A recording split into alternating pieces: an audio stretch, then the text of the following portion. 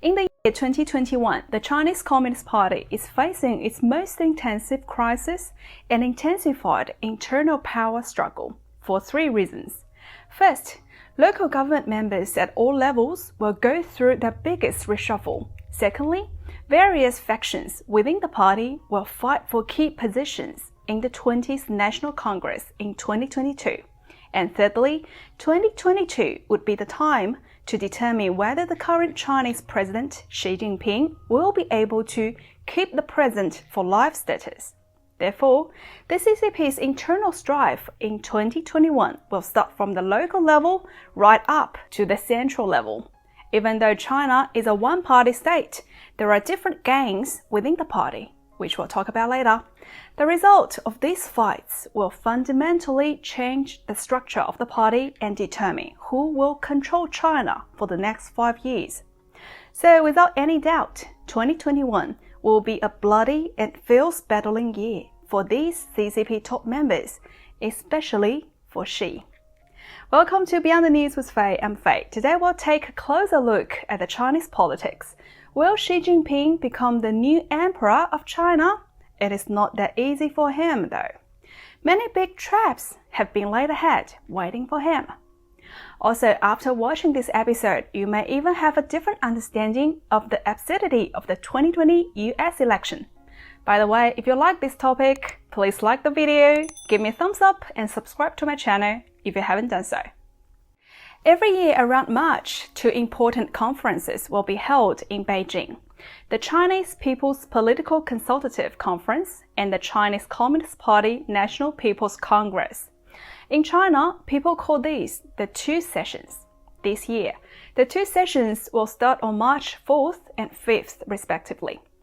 The two sessions in 2021 are especially important, as they are going to happen in the middle of the severe epidemic, and the year 2021 is a so-called year of the party's founding centennial.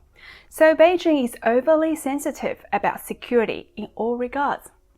Let's take a quick look on how nervous they are, which might be an indication of Washington's current situation. For vehicles used by the two sessions, they have to go through 37 types of security inspections. The drivers have to go through layers of selection process, background checks, and political affiliation review. Drivers who've already have years of experience in carrying out various tasks also have to receive special training on terrorism, riot prevention, and epidemic prevention and control, and with COVID vaccination. What is more ridiculous is that the postal mails in and out from Beijing must be strictly controlled and double-checked. And reports on the two conferences are also strictly controlled. No foreign reporters outside of Beijing were invited, and those reporters located in Beijing are only allowed to take internet interviews. Many netizens ridiculed Beijing is acting like they're fighting a dangerous enemy before the conference even starts. Why are they so nervous? What are they afraid of? In fact, this is not the first time we have seen the CCP acting this way. Basically, every time around the two major sessions period, Beijing is full alerted and is always tightening the security measurements because of a simple fact: the CCP doesn't feel secure at any time. For its on-ground gathering events like these national conferences, such strict precautions are always needed. Because, on the one hand, the CCP needs to guard against the Chinese general public. As a government is not voted by the people, it is dictatorial government in actuality. On the other hand, the gangs who are in control of the government need to guard themselves due to the ongoing inner party struggles.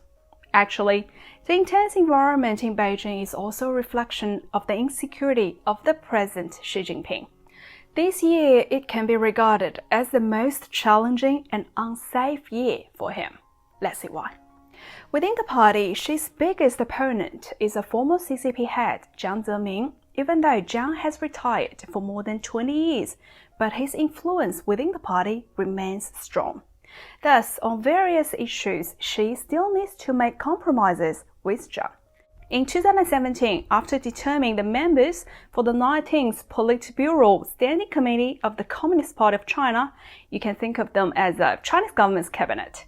3 out of 7 committee members are from Jiang's gang. They are planted next to Xi in order to sabotage him and bring him down. Over the years, we can see clearly that there are at least 3 political traps that these people set for Xi. Number 1, personal worshipping. There is a saying in China called praise kill, which is a metaphor for trying to cause someone to fail by excessive praise. The person who praise killed Xi is a Politburo member, this guy named Wang Huning, who is in charge of the propaganda department of the CCP. Last year, when the epidemic was raging worldwide, the so-called book, The Epidemic Fight of the Great Power, was published. It is praising Xi as a leader of the great country, his feelings for the people, his mission, strategic vision, and outstanding leadership leads China to a great success in this epidemic. The portraits of Xi were also seen hanging in churches, mosques, and Buddhist temples for people to worship. These flattering words and personal worship were really pleasing for Xi Jinping. She was enjoying it a lot, and it was unconsciously intoxicating Xi's rationality, which there wasn't much left in him anyway by now. Number 2, amended the Chinese constitution and abolished the term limit for the head of the party.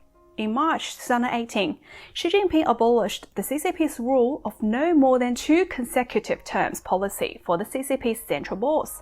One of the reasons why he agreed with this move was because he had offended and made too many enemies through his anti-corruption campaign, and he's worried about some people would seek him to settle the ledger after he stepped down. Xi was thinking that after the constitution was amended, he could stay in power for life, thereby ensuring the safety for him and his family. Since then, many people have regarded Xi's constitutional revision and life tenure as his major crime, a stupid move, in my opinion. And who initiated this idea? It was likely Wang Huning again. Wang Huning is the most important confidant of Jiang's gang who have been placed next to Xi. He has served under 3 leaders of the Communist Party of China, which earned him the title the advisor for 3 dynasties. Wang is a member of the highest think tank for the Chinese Communist Party, and he is responsible for advising the leaders of the Communist Party of China. Number 3, put a lot of the Jiang's cronies around Xi. Jiang can be regarded as the person behind China's deep state. From the central to the local level government departments, from home to abroad, they have numerous layers of cronies.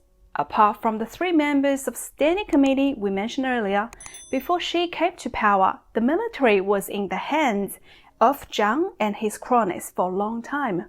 It is an open secret that Jiang controls the military, since 2 of the people in charge of the military were his men. And it is clear to Xi that people around him are untrustworthy. One example is that during the Chinese New Year festival, the CCP heads were holding a Chinese New Year's party meeting.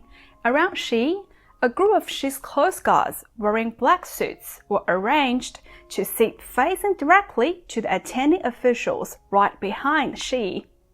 During the meeting, Xi's insecurity feeling is well known throughout the world by now. There are various traps placed in front of Xi Jinping. Here we are just listing 3 of the such examples. If you are interested in this kind of content, please leave me a message and let me know. It is clear that 2021 will be an extremely fierce and bloody year for the CCP's internal struggles. At the 20th National Congress of the CCP next year, Xi Jinping wants to have the 3rd re-election. He must fight against the oppositions in the party. It is a war for life or death. And Jiang's gang will definitely use various tricks to pull Xi down. We'll wait and see how Xi Jinping is going to deal with these political traps. What we have discussed today is only the tip of the iceberg of struggling within the CCP. The very nature of the Communist Party determines its never-ending internal struggles. This party has never put the general public in its consideration. What they have always been doing has nothing to do with the welfare of the people, but struggle is the way in obtaining more power for its various factions. Alright, that's all for today. Thank you for watching Beyond the News with Faye. If you liked the video, give me a thumbs up, turn on the notification bell, and most importantly, subscribe to my channel. I'm Faye. I'll see you next time.